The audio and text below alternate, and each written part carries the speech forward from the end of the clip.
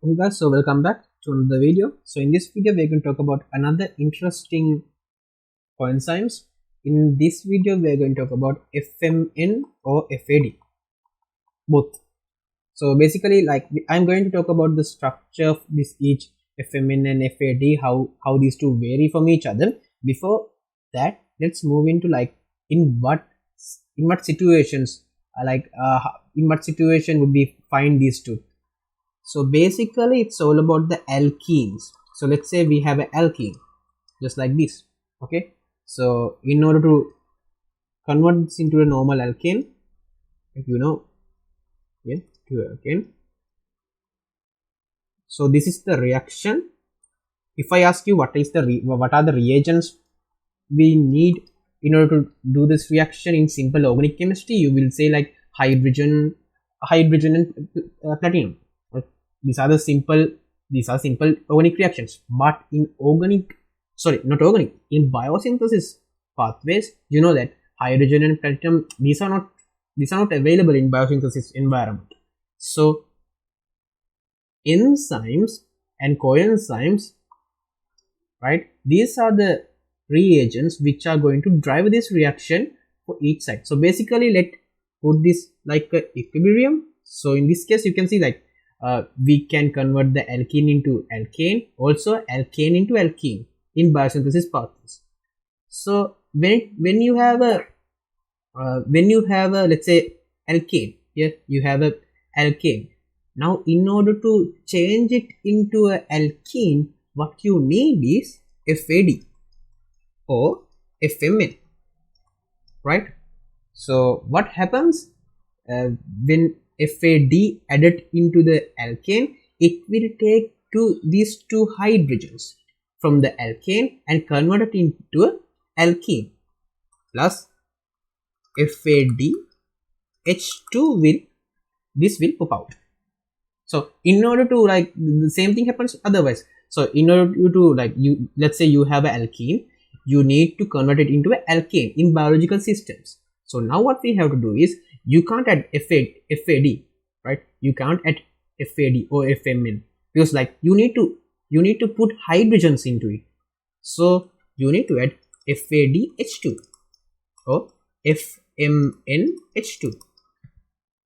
So now what happens? These guys will donate two hydrogens to the alkene, which resulting having the alkane. This is the main process. This is the most important thing in this particular FAD and FMN functions. So you need to have very good idea about it. If you have an alkene, just memorize it like this. If you have an alkene, in order to convert it into an alkane, you need to add hydrogens, right? You need to add hydrogen. So if you cannot use FAD or FMN because they doesn't contain hydrogen, you can see they doesn't contain hydrogens. You need to have FADH2. They contains hydrogen, so they can provide these two hydrogen into alkene, and this alkene will convert into an alkane. Now, in other case, if you are given the alkane, right? If you are given the alkane, you cannot use FADH2 to convert into an alkene. Why? Because you need to remove these two hydrogens. So in order to remove these hydrogens, there should be a vacant position. So FAD that doesn't contain hydrogen, it can get hydrogens from this alkane. So with this one, what happens? FAD will take these two hydrogens, convert it into a FADH2. So in this case also, this FADH2 will move into FAD, right? This is the most important part in this whole FAD and FMN functions and process. Okay, I hope you get that idea. And now let's move into the structure. So when it comes to the FMN, right? When it comes to the FMN, the structure is all about this. This is the FMN structure. This is the FMN structure. Just ignore this part. Here you have the FMN. If you want to look at the FAD, okay, you need to look at whole this structure. This is FAD. This whole structure. This is FAD. You can see these are very big molecules, right? These are very big molecules. So these are present in biological environment. So that's how they drive these reactions without the hydrogen and platinum. Okay, so FMN means this part, FAD means this whole part. So as I have told you in our previous video, which is about the NAD and NAD plus, so I won't expect you to memorize this structure. If you can, it's completely okay. But what I want you to memorize, or what I want you to understand is this particular reaction. If you are given the alkene and asked what reagents that you can use in order to convert it into the alkane, you need to know whether to use FADH2 or FAD. If you use FAD to convert alkene into an alkane, it's completely wrong, right? So that's the thing what you need to understand in this case. So now let's move on to the mechanism part. Same like in our previous video, I have simplified this whole complicated molecule into a very simple structure. So you can see that, let me take another color, let me take red color. Okay, so this whole part here, this whole part I have taken as R. Okay, so let's take, this is FAD or FMN, both are okay, right? This is FMN. Now let's say I have a alkane. Okay, let's take a white color. So here you have a alkane. Now here you have a alkane. Now what happens is, okay, now what happens is this bond over here, it will break and it will donate electron density to this particular nitrogen atom. But you know, when this nitrogen atom presents in this particular molecule, okay, so this nitrogen becomes unstable, so this pi bond shifted to this place, which makes this carbon unstable, so this pi bond go and attack to a proton. Okay, so now this carbon lacks electron, so what happens is this bond between the carbon and hydrogen, the carbon takes this electron density and build it here to form a pi bond. Now this hydrogen removes as H plus. Wait, now you can see that here, look at this, this is very important. Okay, look at this. This is our FAD molecule, right? This is our FAD molecule.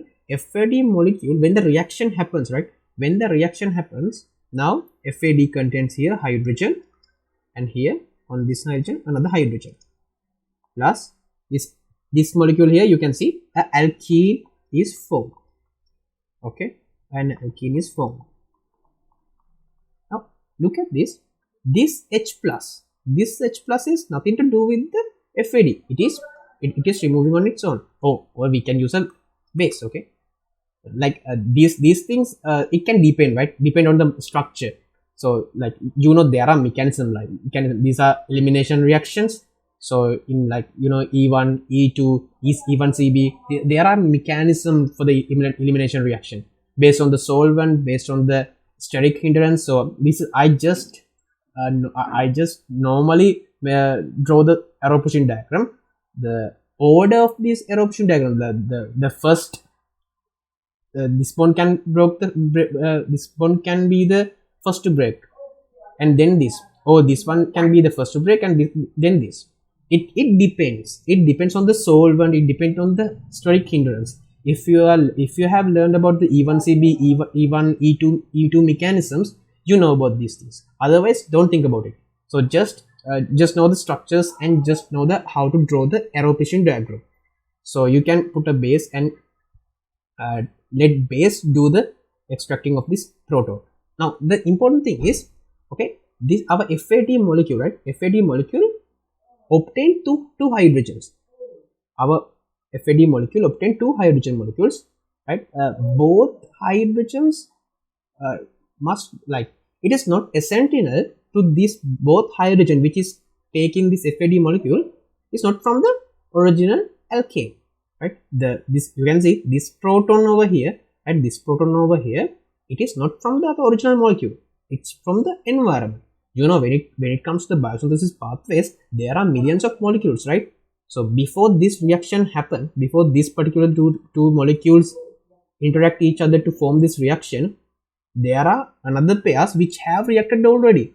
So from those react from those reactions, this H plus has released.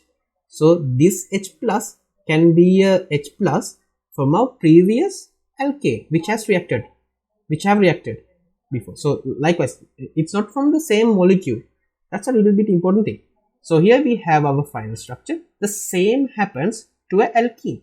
So let's say you have this alkene. Okay, you have this alkene. What happens now is, so sorry, I have missed this double bond. Okay, now what happens is this bond breaking here. Okay, so this removes as a proton. Now what happens? Because of this instability, this shifts here, this shifts here. Now this one go and attack to one of this carbon. So this carbon getting unstabilized, this will go and attack to a proton, which resulting our alkane. This is the reaction mechanism. Okay, this is the reaction mechanism. I want you to understand the arrow pressure diagram. This arrow's order, right? This order can be varied. The order can be varied based on the solvent, based on the mechanism type. E1, E2, E1, CB. Likewise, the mechanism type can determine the order of these arrows. But overall arrow pressure diagram is the same. I need you to understand that. And especially this mechanism over here, this FAD, the same thing happened with the FMN, only the difference with the R group. I hope you have some idea about now the functions of FAD and FMN. So this is the fundamental knowledge. This is the fundamental thing which you need to know about the FAD or FMN. If you want to know more about this, so there are textbook, right? I will put some textbook in our description, so you can refer them for more knowledge. So I hope you got something from here. In next video, let's move towards for many complicated structures.